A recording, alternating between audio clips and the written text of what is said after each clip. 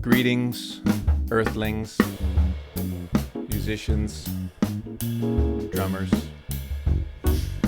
Some of you are all three. My name is Jason Lewis, and I'm a drummer in the San Francisco Bay Area. I've decided to throw together some short videos of just material I often talk about with my students, and I thought I'd post it to add to the mix of all the stuff that is out there in the internet world. So I thought I'd start at the beginning. That's a good place to start, right? With like the first lesson I do with my little tiny students. Well, they're not tiny, but you know, relatively. And that's how to hold the stick. So if I was speaking to a 10-year-old, and aren't we all 10-year-olds in some way? Especially drummers. Like my very first and really great drum teacher told me, put out your hand like you're going to shake somebody's hand. And then all he did was put the stick in my hand here. I closed my hand around it, and voila, there I go. Now, and here we had a horrible edit. So often I use a Vic Firth stick. Not that it really matters, but on the 5As, or I guess all Vic Firth sticks, there's a American flag, and a lot of teachers say, just put your thumb on that American flag. And that's a pretty good balance point, or fulcrum. It's the fancy word. And so beyond holding your hand out to shake somebody's hand, etc., another good way to think of it is put your thumb there, and then you're pinching with your index finger, kind of this last knuckle. It's not a knuckle. This is a knuckle. The underside of that knuckle. That first one. So that's where you kind of want to be holding the stick, so that it has the freedom to move back here. At this point, I will say you'll see great players holding the sticks all different kind of ways. For that matter, even match grip and traditional grip look totally different, and it's a different motion in your hand. But the basic elements are still there. Kind of like I liken it to a golf swing. When you make contact with the ball, with the club, all the great players kind of have a similar, they would look very similar when they're striking the ball.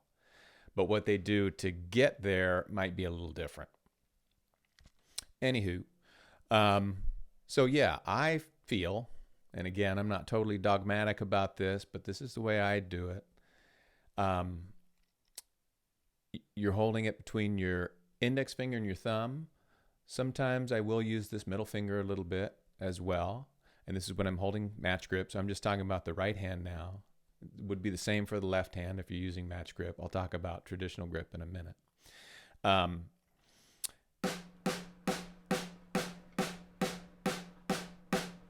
And like a lot of people have already talked about, I'm sure, on the internet, It's mostly wrist and a little bit of finger. Z. I guess you could play with one finger. Now, you want to use all your fingers there eventually. Using all your fingers and your wrist, and let the stick naturally come off the drum head. It has a natural bounce, right? So if I don't act on the stick, it's going to bounce up naturally. Throw it down and it bounces up. If I want a staccato beat, I'm going to pinch it a little harder, and I might stop the regular motion of the stick. But generally speaking, I'm going to let that stick fly. Let that freaky stick flag fly. Okay? Which will give you a more legato sound, generally. And same thing, so I'm going to switch over to these.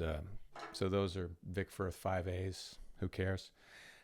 These are a weird stick. Normally I use an SD1 General for like real snare drum technique-y stuff. Same thing in the left hand, right? So it's a match grip.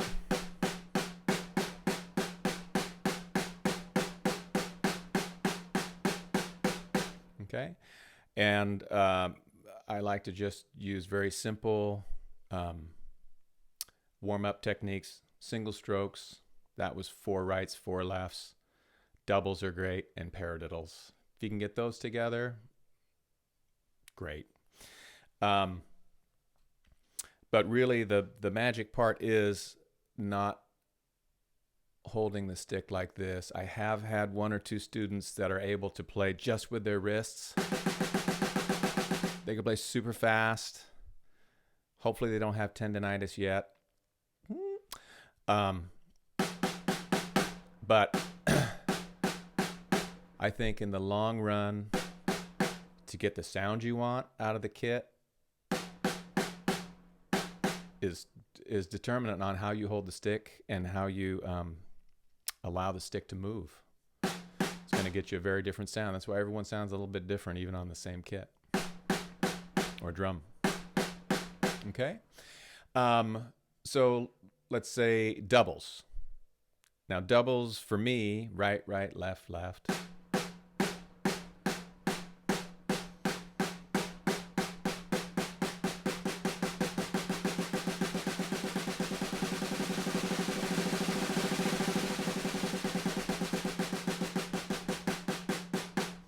You might notice I'm moving my arms a little bit. Well, so I wouldn't want you to move your arms to make the natural regular stick stroke, but I do leave my arms loose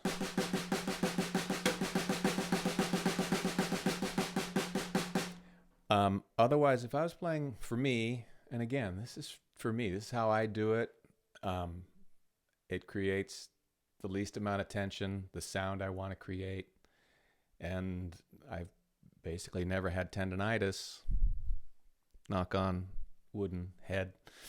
So I do move my arms, or I keep them relaxed.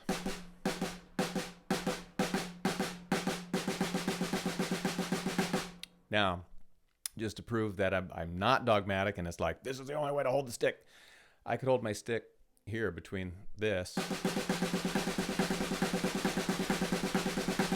2 fingers. I'm essentially getting the same kind of sound, but I am still having freedom back here and moving these fingers to help move the stick a little bit.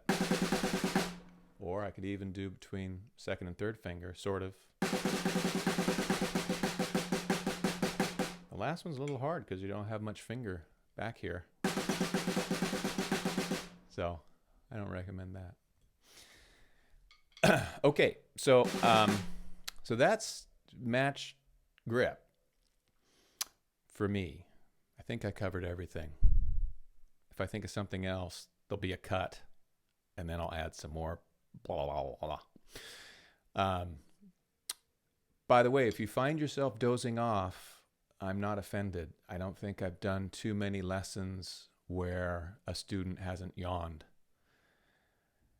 And I'm just assuming it's my natural, soothing demeanor and voice. Calm blue ocean. Kind of like petting a dog and your blood pressure goes down. Okay.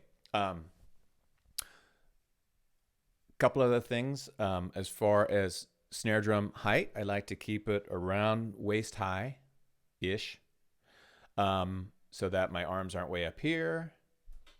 I have the snare drum, when I'm playing match grip, it's pretty well, what is that, perpendicular? Yeah. Parallel, not perpendicular. Then the snare drum would be like that. Like Duck Bailey had his snare drum. Ba-bam! So parallel, Duck Bailey, look him up. Parallel to the ground, more or less, when I'm playing match grip. If I'm playing traditional grip, I might tilt the drum a little bit away just because of that natural angle. So let me talk about, let's see if I can do this without a cut. Let me talk about traditional grip a little bit.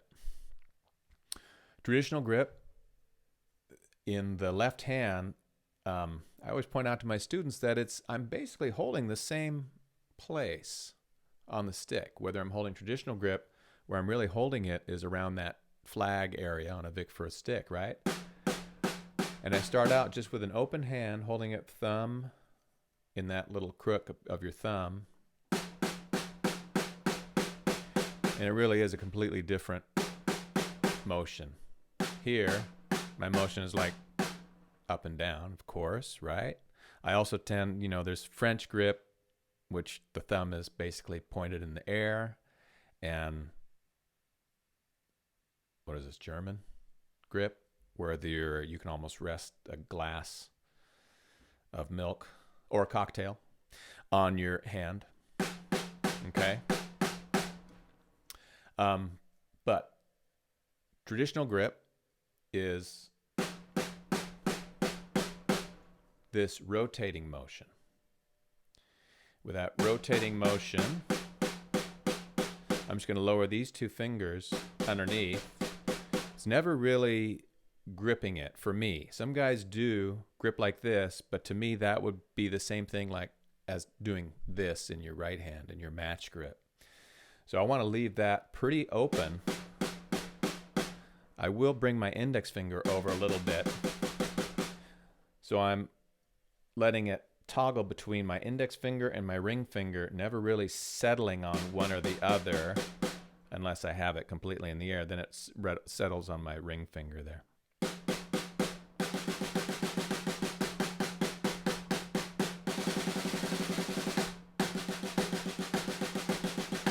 Okay. I think that's about it for holding the stick. So thanks so much for listening. And my plan is to do more of this sort of thing. I'll start talking about the drum kit next time we meet. Okay. Thanks for listening. Take care.